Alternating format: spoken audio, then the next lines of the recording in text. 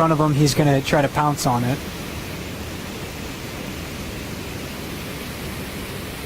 And it is surprising when he does pounce on a fish, his movements are rather quick. So he can move when he wants to, but again, he's just conserving his energy till he absolutely needs to move.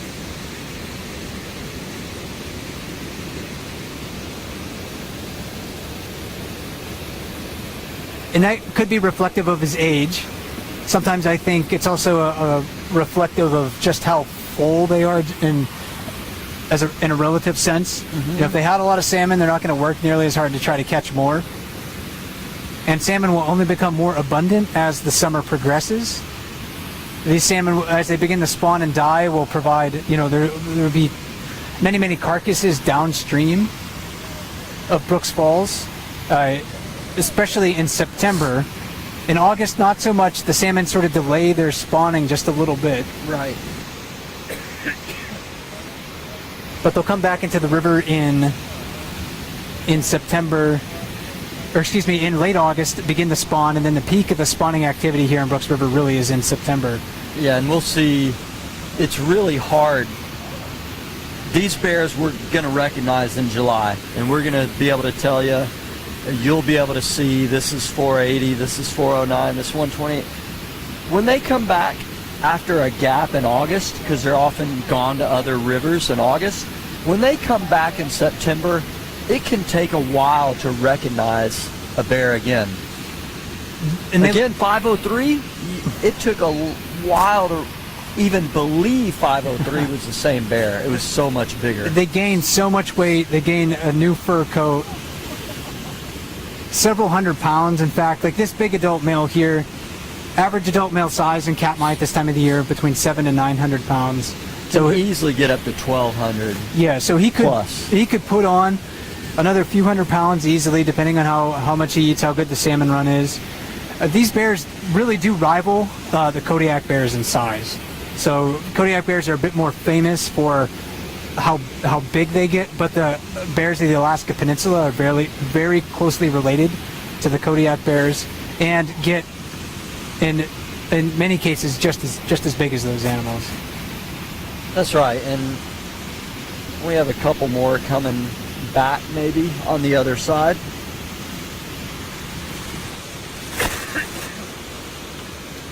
Yeah, we have a few fish jumping again. It seems to be getting a little more active with the fish jumping now.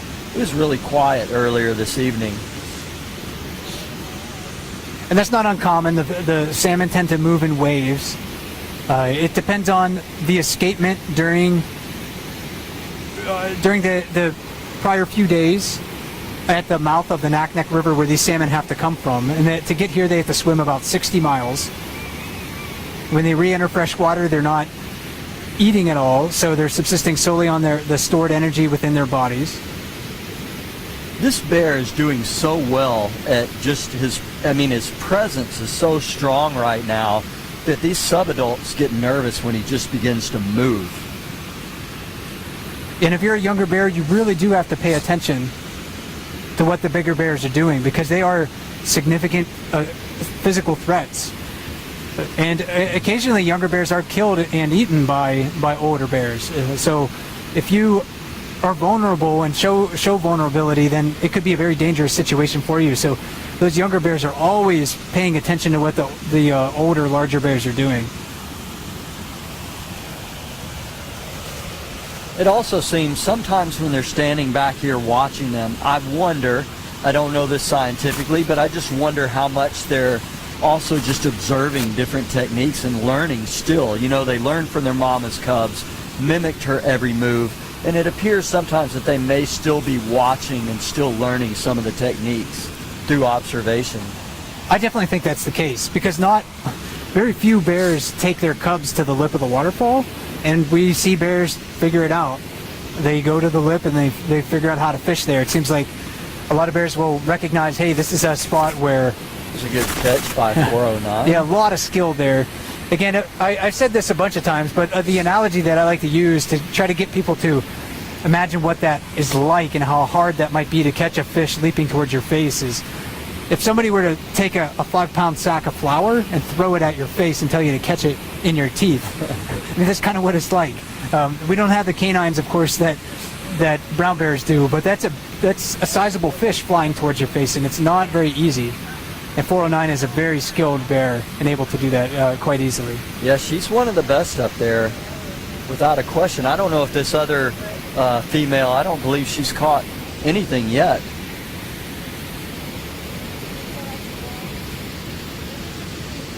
We've got just a couple minutes left in the broadcast here.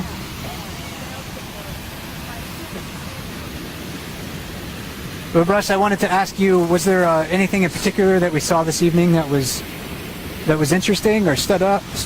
Well, I think it stands out to me just that there's a bear that's not really known that is such a dominant bear that could actually stay in the jacuzzi when 747 approached it. That would be surprising to me. I think it'll be interesting to continue to watch 409 and 128 and who really dominates that spot on the falls. Right now 128's downriver, still content to fish down there. And just some other, again, just a number of subadults. Before the broadcast, as we were looking at these subadults, there's a few that we believe, yeah, we may know this bear, we may know this one, but there's a lot we still don't know that we're learning, and it's going to take us some time to observe them before we can say definitively, yes, we know this bear. And it's a mix. We want to know them as individuals. It is nice to know their stories. And then other times it's okay to step back and not worry if you don't know a bear. Sometimes it's nice just to watch this bear fishing and be okay with that too, you know, even if you don't know. Exactly. I think that's an important point. And it happened. He's a big animal and didn't yield. All of these bears are